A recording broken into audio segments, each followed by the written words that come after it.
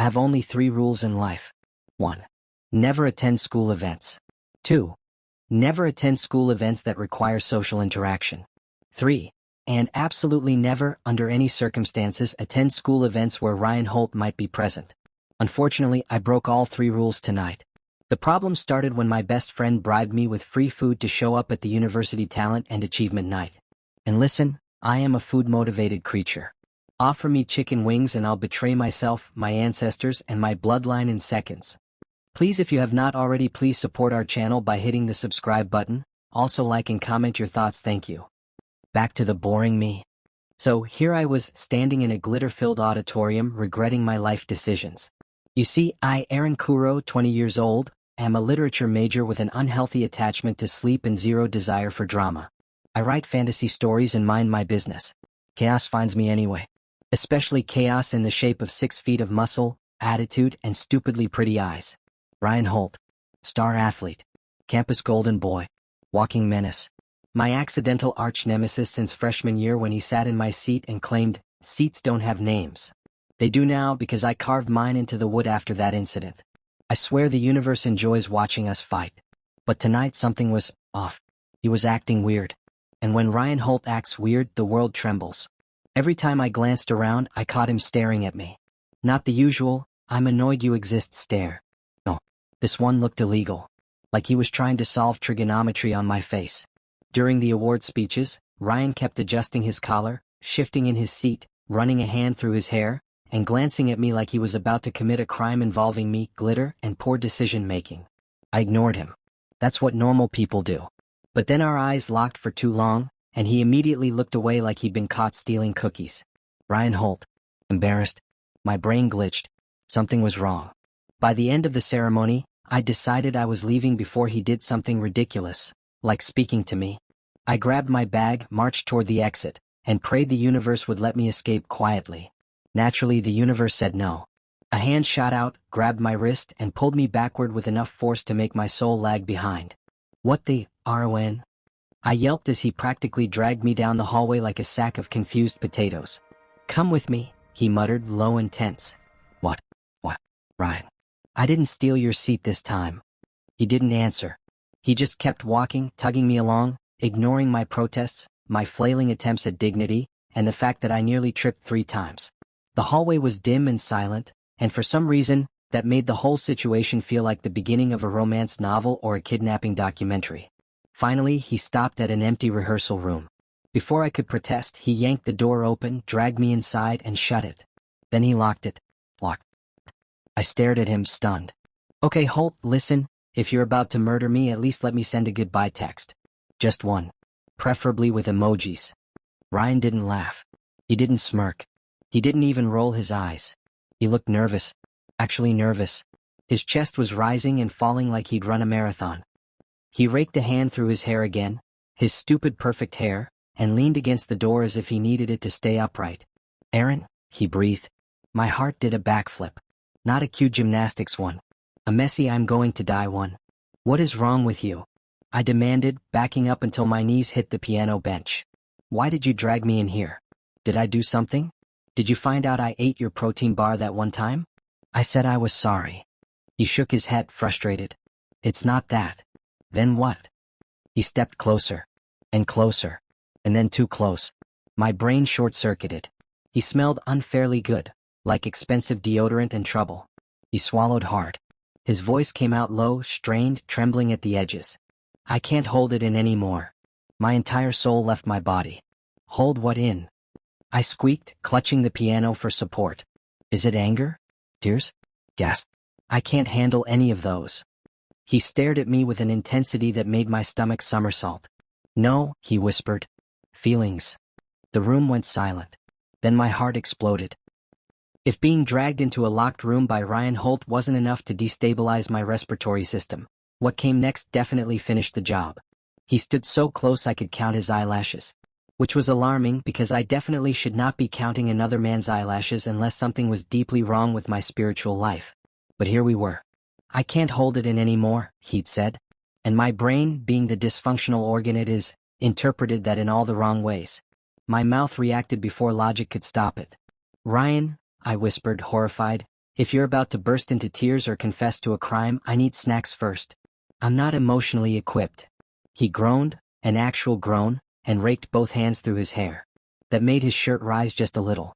That made me rise just a little. Focus, Eren. Focus. This isn't, ugh, this isn't coming out the way I planned, he muttered. You planned this? My voice shot up an octave. You planned to kidnap me? You weren't supposed to call it kidnapping. Ryan, you dragged me across campus like a dramatic Victorian husband. He inhaled sharply and spun away from me, pacing like a man wrestling invisible demons, or very visible feelings. I've been trying to say this for weeks, he said. Wicks. I blinked. Say what? Are you dying? Are we dying? Should I sit down? Should you sit down? Should someone call a therapist? He turned back to me slowly, eyes dark, intense, frustrated, like he was 1 inch from climbing a wall or climbing me and was trying very hard not to. You really don't see it, do you? He asked softly. See what? I waved both hands around vaguely. Is it behind me? He stepped closer again. My soul stepped out. Eren, he said, voice low, you drive me insane. Pause. Not poetic pause. Not romantic pause. My mind froze like a Windows 98 computer. Pause. Excuse me? I croaked. His jaw flexed as if he was embarrassed just saying it. Every time you walk into a room, I lose focus. I can't think straight. I say stupid things. I do stupid things. He broke off and shoved a hand in his pocket. I can't hold it in anymore, he said again, softer. My heart did a somersault and crashed into a wall. He moved closer, again, and my back hit the piano. I was cornered. Cornered by a beautiful idiot with feelings. This was unfair. Against the laws of nature. And potentially unsafe for my blood pressure. Ryan exhaled shakily. His voice dropped. I like you, okay? I've liked you for months. It's been driving me crazy. My thoughts stopped. Dead. Something rebooted inside my skull. Rayan Holt. Likes me. Likes me. Me, the human disaster in sweatpants. I choked on air. No, you don't. I just confessed, Eren. Well, unconfess. My heart wasn't prepared. He leaned even closer, bracing one hand beside my head on the piano. His breath brushed my cheek. My knees reconsidered their purpose in life. Stop running from it, he whispered. I haven't run. You run every time I look at you like this. Like what? He lifted my chin. That look. That, I want to kiss you and ruin your life a little bit look. My brain evaporated. His face inched closer. My breath hitched. His eyes flicked to my lips. My heart flung itself out the window. He was going to kiss me. Rayan Holt was going to kiss me. Our noses brushed. My world spun. And then, bang, bang, bang. Hey, who locked the rehearsal room? Open up. We both jolted like we'd been struck by lightning. Ryan cursed under his breath and stepped back so fast I almost fell forward. My soul collapsed on the floor. The door handle rattled violently. We need to close up the building. Ryan looked panicked, embarrassed, angry, mostly angry. He ran a hand over his face. This was a mistake. That sentence punched me harder than a brick. He unlocked the door and stalked out without looking at me. I stood there, dizzy, lips still tingling from the kiss that almost happened, heart still beating a salsa rhythm, wondering how one man could ruin and improve my life in the same moment. When I finally walked out of the room, he was gone. But the mess he left in my chest? Still very much there. For the next 3 days, I avoided Rayan Holt the way people avoid their ex at the supermarket. Which is to say, dramatically, irrationally, and with sudden detours that make everyone question your sanity. It wasn't my fault. What was I supposed to say after he almost kissed me, panicked, and declared this was a mistake, like he'd accidentally hugged a cactus? So yes, I hid. Behind doors. Behind vending machines. Behind a life-size cardboard cutout of the university mascot, a very judgmental eagle with trust issues. The problem? Ryan was hunting me like a man on a mission. And unfortunately for me, it turned out he had Olympic-level skills in finding me. Day 1. I ran into the library, where he appeared behind the bookshelves like some kind of romance novel big bad wolf. Eren, we need to talk. No, we don't, I whispered aggressively, shoving a dictionary between us. I don't talk to people who emotionally kidnap me. I didn't emotionally kidnap you. You confessed and ran away. That's emotional kidnapping. He looked pained. The librarian told us to take our relationship drama outside. I took it outside, and then ran. Day 2. I took the long route to class. He was already waiting by the door. I turned around. He followed. I tried speed walking. He speed walked faster. At some point, it started looking like an Olympic walking competition and people stared. A lot. "Stop running from me," he said breathlessly. "You're 6'1". You have an unfair stride advantage." Day 3. I was at my cafe job, wiping tables and minding my business, when Ryan walked in like a dramatic male lead who owned the entire coffee shop. For context, he does not own the coffee shop. He just has the face of someone who could buy it if he felt like it. My manager saw him and whispered, "Is that your boyfriend?" I choked on air, a straw, and probably a little bit of my soul. Ryan walked straight up to me. "Talk to me. I'm working." "You weren't working when you ran away from me outside." That was cardio. His jaw ticked. People in line started watching us like it was a free telenovela. I did the only logical thing. I ducked behind the counter like a gremlin and refused to come out until he left. He didn't. He ordered a drink and sat there for 3 hours, watching me, like a lion watching a particularly annoying gazelle. By the time the sky decided to throw a whole thunderstorm at campus, my nerves were fried. I walked home gripping my umbrella like a weapon, muttering to myself about emotionally unstable athletes. Of course the rain got worse. And of course the universe hates me, because when I turned a corner, Ryan was there, standing in the rain like a tragic K-drama hero whose entire script was "suffer beautifully." He looked soaked, frustrated, gorgeous, irritated, gorgeous, and maybe a little desperate. "Eren," he said, rain dripping down his hair. "Stop running." Oh no, not the wet hair. Not the wet eyelashes. I swallowed. "Why are you stalking me through weather conditions like a dramatic love interest?" "Because you keep disappearing," he shouted over the rain. "Every time I try to explain myself, you run." "You said it was a mistake, Ryan." His expression cracked. Actually cracked. Like I'd stabbed him with a soggy emotional knife. He stepped closer, rain pouring around us. "I didn't mean you were a mistake," he said quietly. "I meant the timing." I panicked. I freaked out. The rain kept falling. My heart kept misbehaving. "You avoided me," he continued, voice shaking. "And I hated it. I hated realizing how much I need you to look at me." My breath froze. "I don't want anyone else," he said. "I don't want anything else." His hands trembled at his sides. "I just want you. Isn't it obvious by now?" The words hit me like a thunderbolt. I opened my mouth to reply, but apparently my emotions were too much and my brain chose violence. "You're wet," I blurted. Ryan blinked. "We're in a storm, Eren. You look like a sexy wet cat." He blinked again, harder. Then he laughed. A low, shaky, disbelieving laugh that made my stomach drop into my shoes. He stepped closer again, cupping my jaw with rain-cold fingers. "Come here," he whispered. I didn't even move. He moved me, pulling me forward until our foreheads touched. My heart was beating so loud the rain probably filed a complaint. We hovered there, lips inches apart, breathing each other in, drenched, hurting, wanting. One wrong move from collapsing into each other. And then I panicked. I pulled back so fast I nearly slipped on a puddle. "Wait, I can't. My emotions are flooding like the weather." He stared at me, heartbreak and frustration mixing on his face. I didn't know what to do.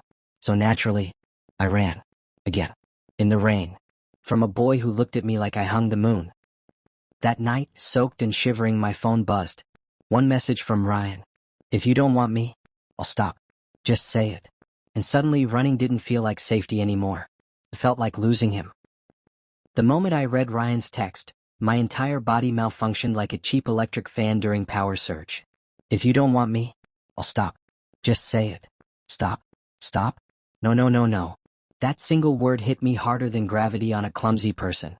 Because suddenly I realized something horrifying. I didn't want him to stop. Not at all. Not even a little bit. Sure, he annoyed me. Sure, he confused me. Sure, he dragged me across campus like a dramatic action movie husband with emotional issues. But also, he made my heart do weird gymnastics. He looked at me like I was something important. And when he almost kissed me, my soul levitated. I stared at the message like it was a bomb about to explode. Then I did something nobody expected, including me. I ran. Again. But this time toward him. I ran as if I had stolen something valuable, probably his peace of mind. The sprint of destiny. It was still raining outside, but I didn't even care. I sprinted across campus, shirt soaked, hair dripping, dignity gone, looking like a wet piece of emotional laundry. I reached his dorm building, chest heaving, water dripping off me like I was melting. I banged on his door dramatically. Nothing. I banged again. Ryan. Open the door before my lungs retire. Silence. Then finally, the lock clicked. The door opened just enough for me to see half his face. He looked exhausted. And hurt. And painfully gorgeous in a way that should be illegal indoors. "What are you doing here?" he asked quietly. I gulped.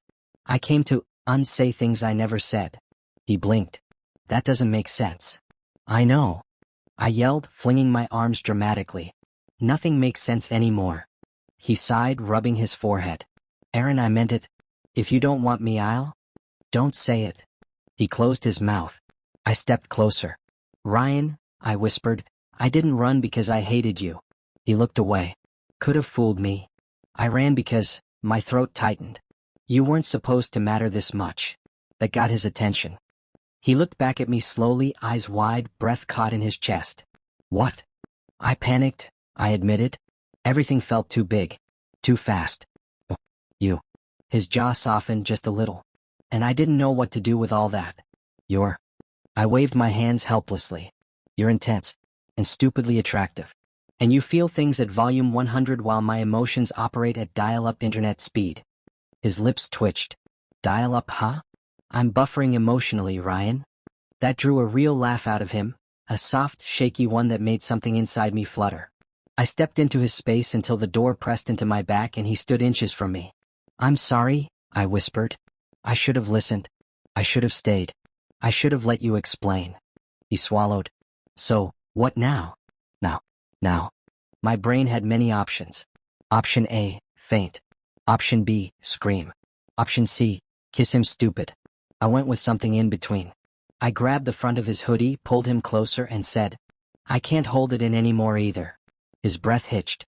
His fingers curled slowly around my waist like he was afraid I'd disappear again. "Eren," he whispered. "Shut up," I murmured. And then I kissed him. The kiss that ruined my life in a good way. It wasn't gentle. It wasn't soft. It wasn't polite. It was messy, desperate, overdue, completely unhinged. Like both of us were trying to make up for every second we'd wasted running from this. He kissed me back like the world was ending and I was the only thing that mattered. His hand slid up my back, pulling me flush against him. My fingers threaded into his wet hair. He made a sound, low, needy, sinful, that short-circuited my brain entirely. I swear time stopped. Or maybe my heart did. Or maybe the universe paused to take notes because wow. When we finally broke apart, breathless, foreheads touching, he whispered, "You have no idea how long I've wanted to do that." "Oh, trust me," I panted. I had a strong suspicion. He laughed softly and pulled me into his chest, arms wrapping around me like he was never letting go again. And honestly, I didn't want him to. Aftermath of emotional destruction. We ended up sitting on the edge of his bed, still tangled up, still breathing the same air like weird clingy koalas. He leaned his chin on my shoulder. "You sure you're not going to run again?" "Not unless there's a fire," I said. "What if there's just emotional intensity?" I rolled my eyes. "You cause 99% of that, genius." "So you're staying?" he asked, voice small. I looked at him. Really looked. And it hit me all over again, he wasn't the mistake. He was the moment everything finally made sense. I took his hand and squeezed it. "Yeah," I said. "I'm staying." His smile could have powered the whole building. And that's how it happened. He dragged me into a room. And I dragged him into my heart. And we both discovered that maybe falling in love is just one long series of chaotic decisions. Ones we definitely don't regret.